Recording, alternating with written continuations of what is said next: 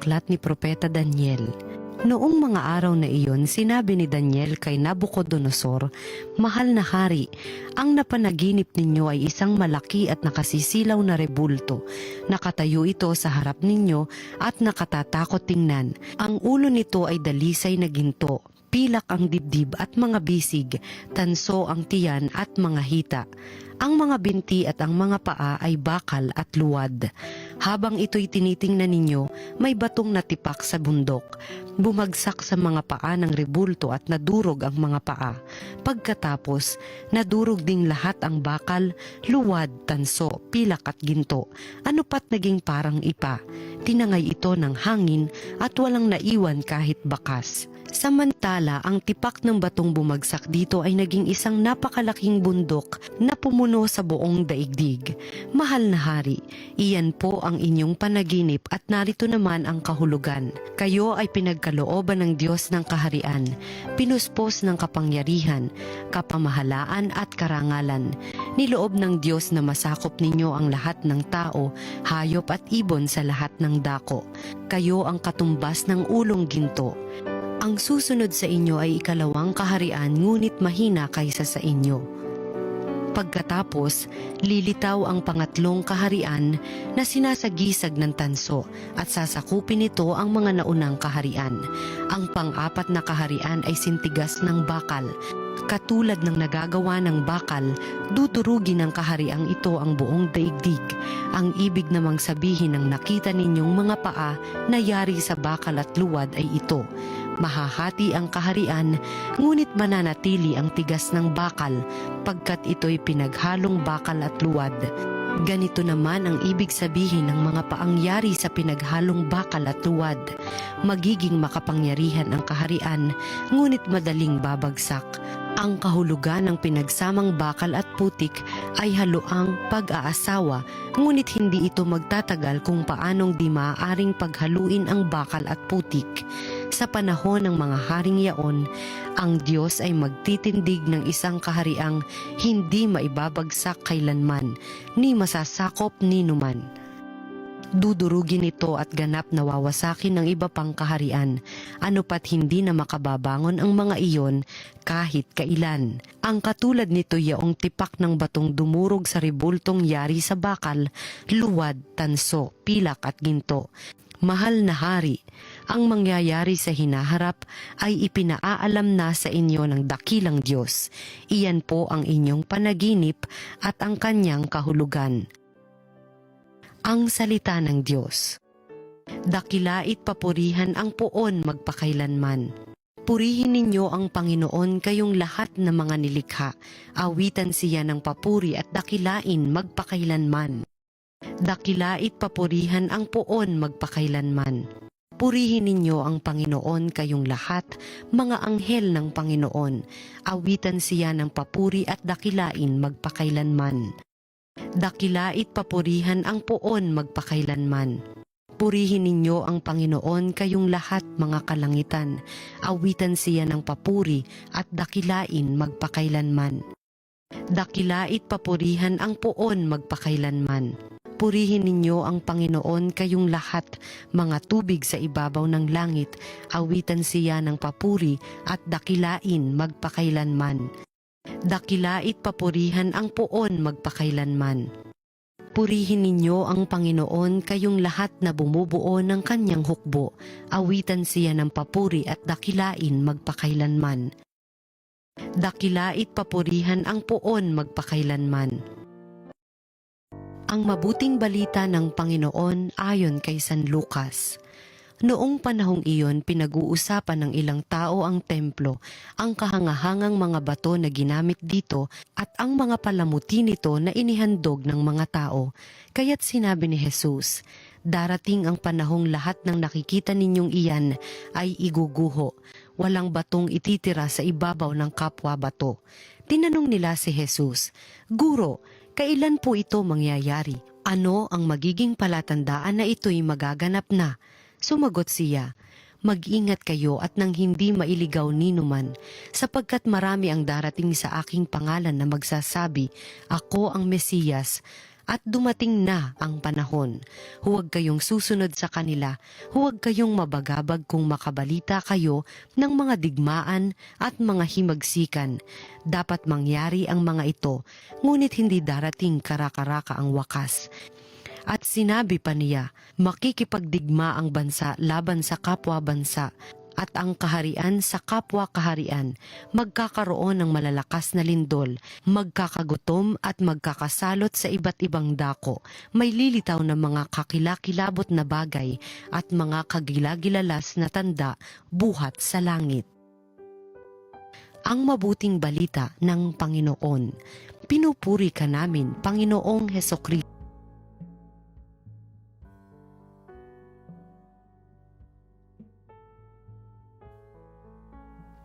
Mapagpalang araw mga kapatid sa pananampalataya at maraming salamat sa patuloy na pagtangkilik sa salita ng Diyos, salita ng buhay.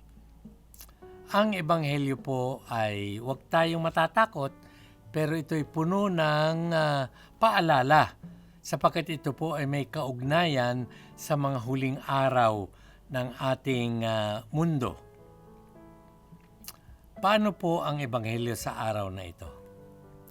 Alam po ninyo, nung unang-una pa, before 9/11, sa mga nagpupunta sa New York, abay hangang-hanga sa Twin Towers yung pinabagsak ng terrorist. Wala na po yan ngayon. Pero 2 towers po yan, ang taas at hangang-hanga. Pag tumingin ka, wow, ang galing naman, ang gandang tanawin. Bumagsak na po yan. Pinabagsak po yan ng mga terrorist. Ano po ang ibig sabihin ko? Sa banal na ebanghelyo, marami po ang humahanga sa templo ng Jerusalem. Wow! Ang ganda naman ng templo ng Jerusalem. Ang galing! Subalit ang sabi ng Panginoon, darating ang araw nang hinahangaan ninyong templong yan ay maguguho at walang bato na nakapatong sa kapwa bato. Ganyang katindi. Anong ibig sabihin ng Panginoon dito at anong unang aral dito? Ang lahat ay may katapusan. Ang lahat ay may ending. Ang drama may ending. Ang sine may ending. Ang istorya may ending. Ang aklat may ending. Ang buhay ng tao may ending. Ang punong kahoy may malalanta rin at kahit na 100 taon ay tutumba rin. Ang lahat ay may katapusan. Yan ang mensahe ng banal ng Ebanghelyo. Pangalawa, ang itinuturo ng Ebanghelyo ay kung ano ang mangyayari bago magwakas ang mundo. Maraming mga senyales. Meron magsasabi, nandun ka ang Kristo, punta kayo doon. Nandun ka si Jesus, punta kayo doon. Nandun ka ang Panginoon, punta kayo doon. Huwag maniwala. Huwag maniwala. Sapagkat walang nakakaalam kung kailan darating muli ang ating Panginoon. Ang kinakailangan natin ay maghintay, maghanda sa muling pagbabalik ng Panginoon kung kailan man ito maganap. Marami pa mga senyales ang sinasabi ng Panginoon. Senyales sa himpapawid, yung mga the universe, mga stars, mga moon, the sun, magkakagulo-gulo dyan. Pero huwag mabahala. Bagamat tayo mahihindik dyan, hindi pa yan ang ending. Mga senyales lamang yan, mga paalala sa ating paghahanda. Magkakaroon daw tayo ng mga balita tungkol sa mga giyera, mga hidwaan ng mga bansa, labanan dito, labanan doon, at yan na may nangyayari na ngayon. Imagine sa Middle East, ang labanan ng Israel at Hamas, at sa iba't ibang bahagi ng mundo, merong mga giyera, mga civil war, and so on. At sinasabi pa ng Panginoon, magkakaroon din ng mga famine, taggutom, na nagaganap na ngayon. Magkakaroon ng drought, tagtuyot, na nagaganap din ngayon. Pero, ang sabi ng Panginoon, hindi pa ito ang katapusan. Mga senyales lamang ito upang tayo ay maghanda at huwag padala sa takot sa hindi kung hindi sa taimtim na pananampalataya na kung tayo'y magsisisi, dumating man ang katapusan, handa tayo sa pamamagitan ng pagsisisi, pagbabago ng buhay, pagbabalik loob sa Panginoon Diyos, sa pag-iisip lagi kung paano tayo mananatili sa piling ng poong may kapal, maglilingkod, magmamahal, mag-aaral tungkol sa Kanya, palalalimin ang pananampalataya, pananalig, pagsamba, pasasalamat sa Kanya, at pagdamay, pagtulong, pag-ayuda sa ating kapwa sapagkat wika ni Kristo at wiwikain niya sa huling araw, anuman ang ginawa mo sa iyong kapwa, itinuturing ko na ring ginawa mo sa akin. Kaya mga kapatid, ang buhay natin ay buhay ng paghahanda. Hindi po dito nagwawakas ang ating buhay. Ang ating buhay po ay nagpapatuloy sa kabila. Matapos tayong ay ipinid ang buhay nito sa pamamagitan ng kamatayan upang buksan muli ni Kristo ang panibagong buhay natin sa kalangitan, sa buhay na walang hanggan. Nawa, matuto tayo sa mga aral na ebanghelyo. Huwag matakot, kundi maghanda, mataimtim na pananalig, pananampalataya sa awa ng Panginoon at sa ating pagsisikap sa tulong niya na mapalapit sa Kanya at makatulong sa kapwa alang-alang kay Kristo Jesus. Amen.